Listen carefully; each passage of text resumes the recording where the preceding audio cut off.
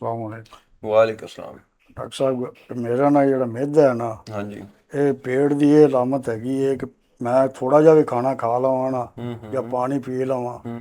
ਤੇ ਮੇਰਾ ਜਿਹੜਾ ਪੇਟ ਹੈ ਨਾ, ਮਹਿਸੂਸ ਹੁੰਦਾ ਵੀ ਕਾਫੀ ਜਿਵੇਂ ਪੇਟ 'ਚ ਪਾਣੀ ਭੁੱਲ ਜਾਂਦਾ। ਫੁੱਲ ਜਾਂਦਾ ਹੈ। ਹੂੰ ਤੇ ਉਹ ਕਾਫੀ ਦੇਰ ਉਵੇਂ ਰਹਿੰਦਾ ਹੈ। ਉਸ ਹੂੰ ਤੋਂ ਬਾਅਦ ਆਸਤਾ ਆਸਤਾ ਆਸਤਾ ਆਸਤਾ ਉਹ ਜਾਂ ਥੱਲੇ ਲੱਗਦਾ, ਰਾਤ ਨੂੰ ਸੌਣਾ ਬਾਅਦ ਵਿੱਚ ਮਹਿਸੂਸ ਹੁੰਦਾ ਹੈ। ਹੂੰ ਹੂੰ ਤੇ ਹੂੰ। ਇਹਦਾ ਕੋਈ ਹੱਲ ਕੋਈ ਸਹੀ ਦੱਸੋ ਵੀ ਇਹਦਾ ਗੁਜ਼ਾਰ ਵੀ ਇੰਨੀ ਜਿਹੜੀ ਨਾ ਹਜ਼ਮ ਨਹੀਂ ਹੁੰਦੀ। ਹਾਂ, ਇਹਦੇ ਚ ਨਾ ਇੱਕ ਦੋ ਗਲਤੀਆਂ ਕਰਦੇ ਨੇ ਲੋਕ। ਜੀ ਇੱਕ ਤਾਂ ਖਾਣਾ ਖਾਣ ਤੋਂ ਫੌਰੀ ਬਾਅਦ ਪਾਣੀ ਨਹੀਂ ਪੀਣਾ ਹੁੰਦਾ, ਬਿਹਤਰ ਹੋ ਗਿਆ। ਤੇ ਖਾਣਾ ਖਾ ਕੇ ਤੇ ਪੌਣੇ ਘੰਟੇ ਬਾਅਦ ਪਾਣੀ ਦਾ 2 ਗਿਲਾਸ ਲਾਜ਼ਮੀ ਪੀਵੋ। ਇਹਦੇ ਨਾਲ ਜਿਹੜਾ ਤੁਹਾਡਾ ਨਿਜ਼ਾਮ ਹੈ ਨਾ, ਹਾਜ਼ਮੇ ਦੀ ਕੁਵਤ ਉਹ ਬਿਹਤਰ ਹੋ ਜਾਏਗੀ। ਇੱਕ ਤਾਂ ਇਹ ਕਰਨਾ ਹੁੰਦਾ ਹੈ। ਦੂਜਾ ਇਹ ਕਿ ਵੀ ਜਿਹੜਾ ਖਾਣਾ ਹੈ ਉਹ ਬਾਜ਼ਾਰੂ ਲੈ ਕੇ ਨਹੀਂ ਖਾਣਾ, ਨਾਨ ਨੂਨ ਜਾਂ ਬਾਜ਼ਾਰੀ ਜਿਹੜੇ ਹੈਗੇ ਨਾ ਬਰਗਰ ਸ਼ਰਗਰ ਸ਼ਵਾਰਮਾ, ਇਹ ਨਹੀਂ ਖਾਣੀਆਂ।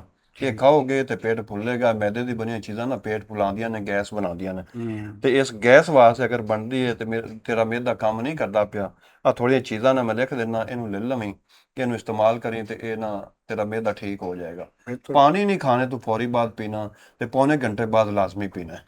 ਕਰਨਾ ਕੀ ਹੈ, ਤੂੰ ਨਾ ਵੱਡੀ ਇਲਾਚੀ ਲੈਣੀ ਹੈ 25 ਗ੍ਰਾਮ, ਜੀ ਕਾਲਾ ਨਮਕ ਇਹਦੇ ਚ ਪਾਣਾ ਹੈ 10 ਗ੍ਰਾਮ, ਜੀ ਪੁਦੀਨਾ 20 ਗ੍ਰਾਮ, ਸੌਂਫ 20 ਗ੍ਰਾਮ, ਅਜਵਾਇਨ ਪਾਣੀ ਇਹਦੇ ਚ 20 ਗ੍ਰਾਮ, ਤੇ ਕਾਲੀ ਮਿਰਚ 20 ਗ੍ਰਾਮ, ਤੇ ਜ਼ੀਰਾ ਸਫੈਦ 20 ਗ੍ਰਾਮ।